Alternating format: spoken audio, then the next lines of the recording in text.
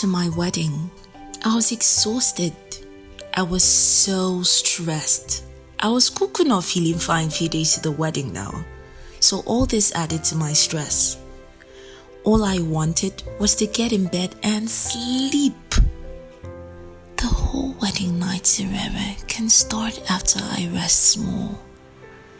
I whispered this to my hubby in the car, and his tiredness agreed with mine. As hubby and I got into our hotel room, he held me close, stared deep into my eyes and said, "I love you." Filled with emotions, my ears could barely pick the words, but my heart felt it. He lifted me and made me sit on the dressing table and reached for the face wipes. Slowly, lovingly, and carefully, he wiped every layer of makeup as I brought up funny gists. Several wipes down, and I had to keep quiet so he could clean my lipstick. He took his time, tracing the lines and fullness of my lips, his eyes fixated on the lips.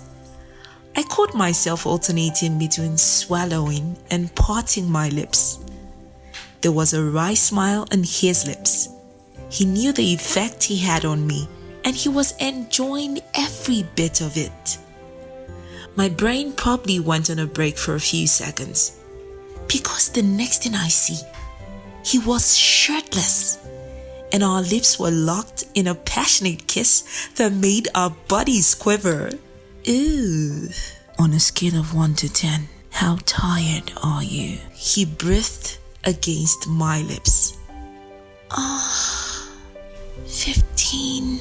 But that doesn't matter now. I need you right now, I replied as I nibbled his lips. I whispered into his ears as I sucked his earlobes. The tiredness I was feeling, a very distant memory. The wedding night, Serere, was finally going to happen. My happiness and excitement made my body quiver even more. Still on the dressing table, his lips and hands emitted different sounds from me. Then there was a knock on the door.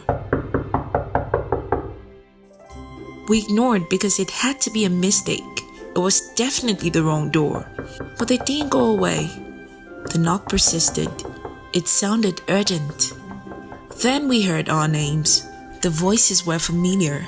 Oh! Hubby cursed under his breath for the umpteenth time as he grabbed a robe and went to the door. I adjusted my dress and joined him. "Please, who did you leave Flourish with?" was the question that greeted us as we opened the door. Flourish was our little bride, 3 years old. "What do you mean? We haven't been with Flourish since after the photo session," I replied.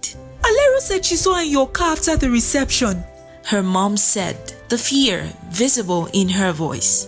She had been very busy during the party. From 4 rooms away, one of the girls on my bridal train opened their door and said, "She's here, oh!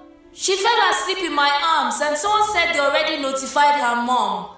I didn't mean to scare you all, sorry." They all rushed to that door.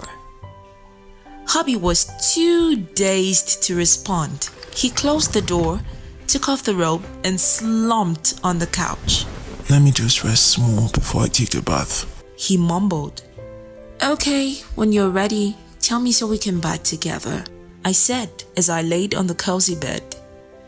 Next time we opened our eyes was to the sound of my phone's alarm. It's 5 o'clock in the morning. Our wedding morning. The wedding night never happened.